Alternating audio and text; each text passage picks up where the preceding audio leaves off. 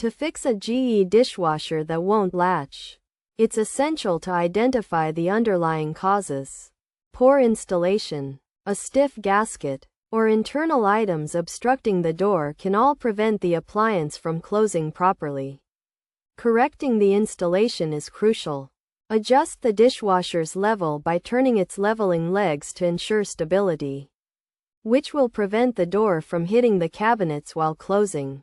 Additionally, if the gasket is new and stiff, it may prevent the door from closing fully. In this case, pushing in the top center of the control panel while closing the door can help it latch properly. The gasket will become pliable and set correctly after a few wash cycles. It's also important to check for internal items that may be keeping the door ajar, such as loaded utensils that have fallen from the rack. Removing these items should allow the door to close.